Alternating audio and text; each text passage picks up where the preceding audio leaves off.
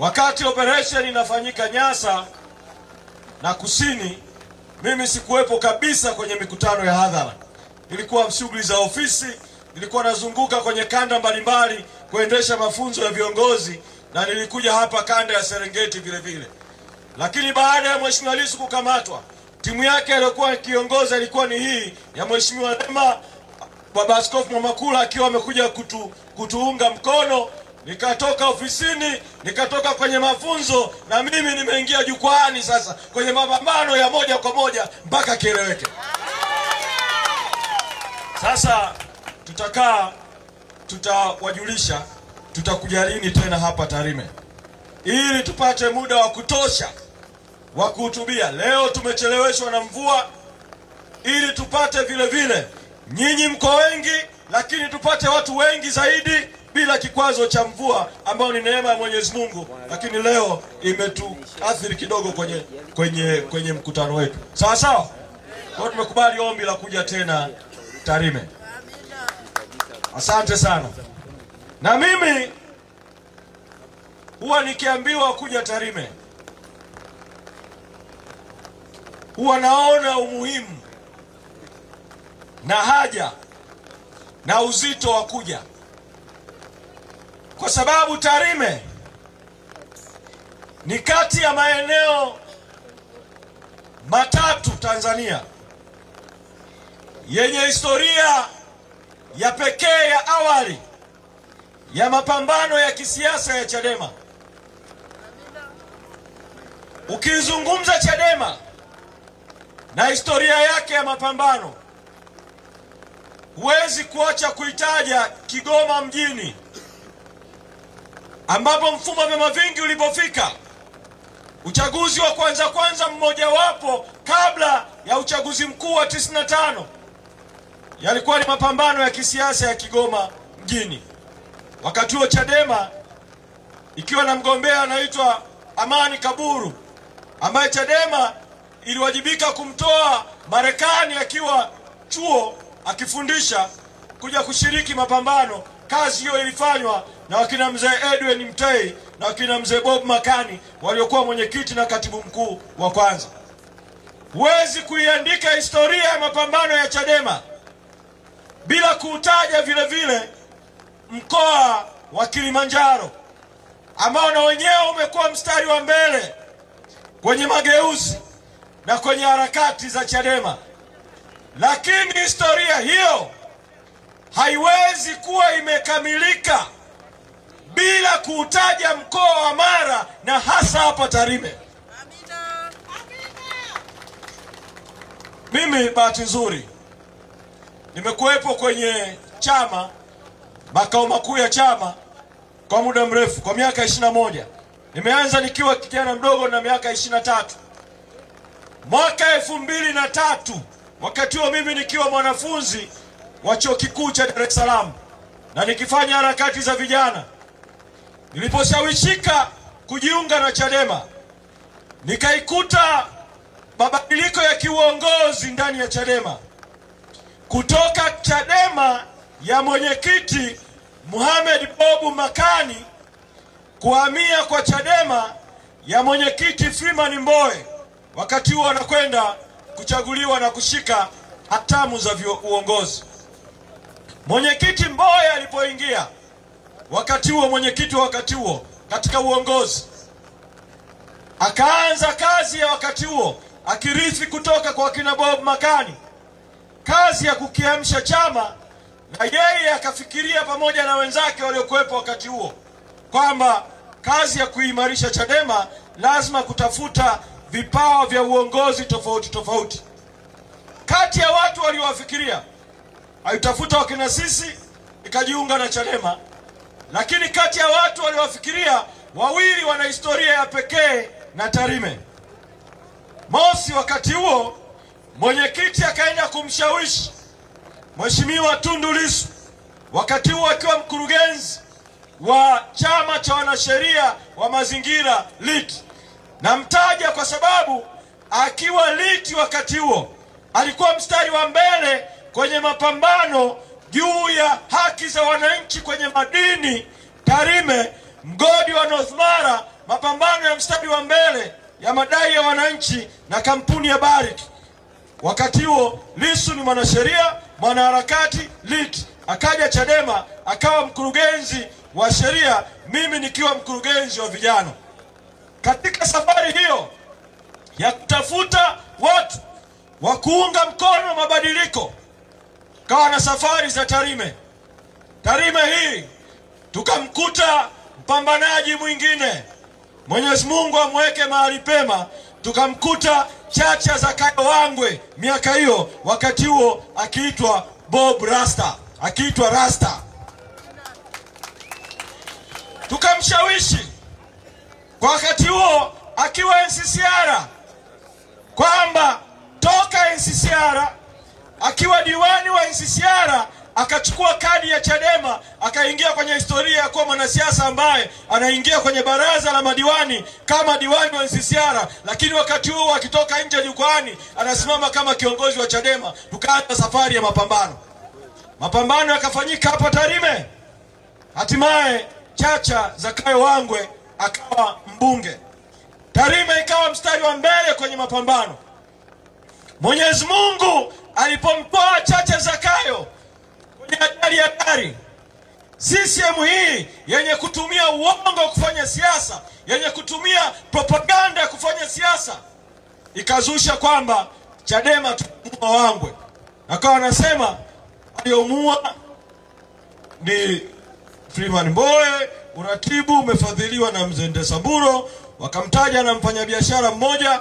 Kazi ya kutekeleza mauaji hayo ilifanywa na mkurugenzi wa vijana anayeitwa John Mnyika. Wakanituhumu kwamba ndio nimefanya haya matukio, kwamba nimetafuta wauaji kutoka Kenya, na ile ajali ilikuwa sio ajali halisi, ila Chacha aliuawa. Wakaandika mpaka kwenye vyombo vya habari. Mimi nikafanya mkutano na waandishi wa habari Dar es Salaam, nikasema kadiri kwamba mbele ya Mungu mimi sihusiki na mauaji, mimi nitakwenda Tarime. Najua Tarime ni watu wa vita, najua Tarime ni wapambanaji.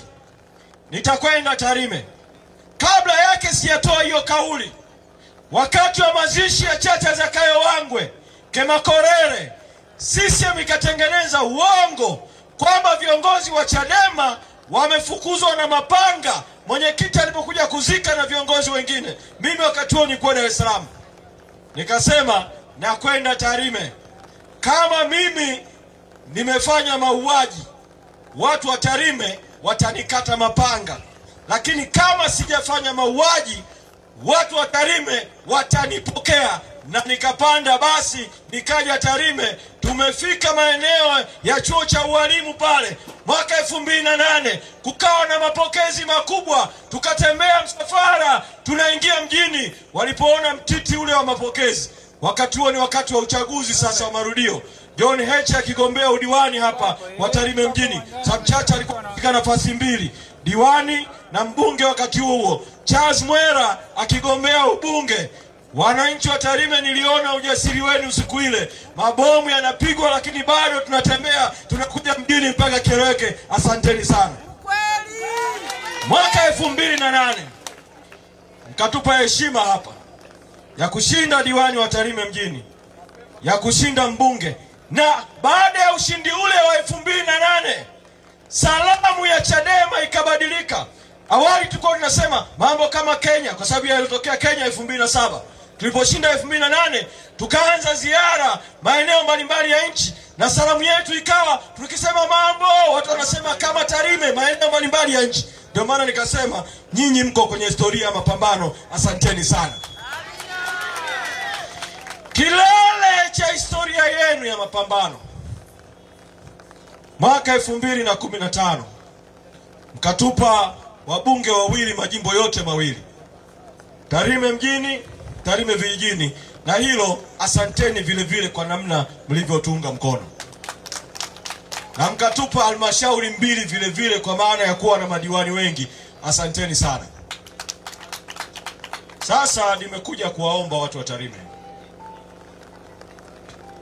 chama chenu cha Chadema, chama ambacho ni tumaini la Watanzania, kimeshambuliwa na kinashambuliwa Chadema. Na vita hiyo chanzo chake ni mambo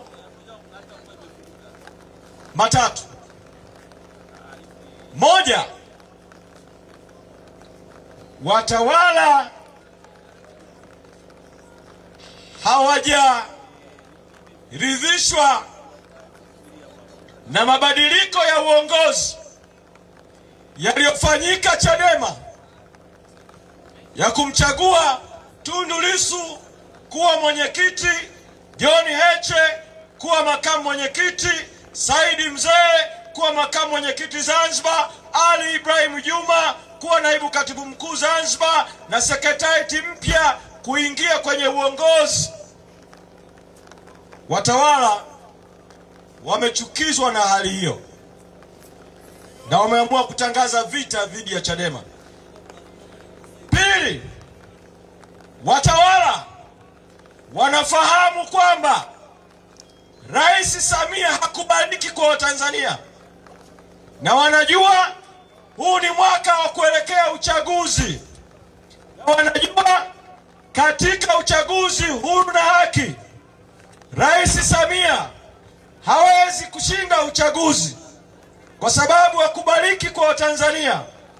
Watawala wametangaza vita ya kutumia mbinu za haramu, mbinu dhalimu, mbinu za zulma za kujaribu kumrejesha tena Samia kwenye urais bila ridhaa ya Watanzania. Sababu ya tatu, Chadema imepitisha mpango wa no reforms no election, kwamba bila mabadiliko hakuna uchaguzi. Mpango ambao ulipitishwa na kamati kuu ya Chadema katika vikao vya tarehe 2 na tarehe 3 mwezi Disemba mwaka 2024, na ukatangazwa na aliyekuwa mwenyekiti wetu, mwenyekiti mstaafu Freeman Mbowe, tarehe 10 mwezi Disemba mwaka 2024, kwamba bila mabadiliko hakuna uchaguzi. Na tulifikia hatua hiyo baada ya kukumbuka historia ya kuenguliwa kwa wagombea 2019 mpaka tukajiondoa kwenye uchaguzi. Tulifikia hatua hiyo baada ya kukumbuka madhila, madhara, wizi, uchafuzi wa uchaguzi wa 2020 wa udiwani, ubunge na urais. Tulifikia hatua hiyo baada ya kuona uporaji wa haki ya wananchi ya kupata viongozi wanaowataka kwenye uchaguzi kinachoitwa uchaguzi wa serikali za mitaa, vijiji na vitongoji wa mwaka tarehe 27 Novemba 2024. Tukasema imetosha, hatuko tayari tena 2025 tufanyiwe yale yale. Ndio maana tukasema no reforms no election, hakuna mabadiliko, hakuna uchaguzi, kwa maana ya kwamba uchaguzi haufanyiki, tunazuia uchaguzi. Kauli hiyo ya kamati kuu ya chama ya tarehe 10 mwezi Disemba ikapata baraka, ikawa kauli ya baraza kuu kupitia kikao cha baraza kuu cha tarehe 20 mwezi Januari mwaka 2025. Ikapata baraka ya kikao kikubwa zaidi cha mkutano mkuu wa chama na kuwa azimio la mkutano mkuu wa tarehe 21 mwezi Januari mwaka 2025. Watawala hawa wametangaza vita na Chadema baada ya kuona Chadema sauti ya no reforms no election inaungwa mkono na wadau wengi, inaungwa mkono na wananchi, inaungwa mkono na viongozi wa dini na makundi mbalimbali. Wameamua kutangaza vita dhidi ya Chadema, na vita hiyo ni vita ya watawala kutaka, moja, Chadema izuiwe kabisa kufanya shughuli yoyote ya kisiasa ya Chadema. Pili, kwamba mambo ya no reform no election yazuiwe kwa kutumia mbinu haramu. Chadema iondolewe, isiwe mshindani kabisa wa CCM. Sio tu wa kuiondoa CCM madarakani, bali iondolewe hata kuwa chama kikuu. kikuu cha upinzani wameamua kutangaza vita dhidi ya Chadema. Sasa katika hiyo vita waliotangaza dhidi ya Chadema, kuna mapigano wameanza kuyafanya. Sasa nimesema nizungumze na nyinyi Tarime ili mshiriki kwenye vita ya kuilinda Chadema.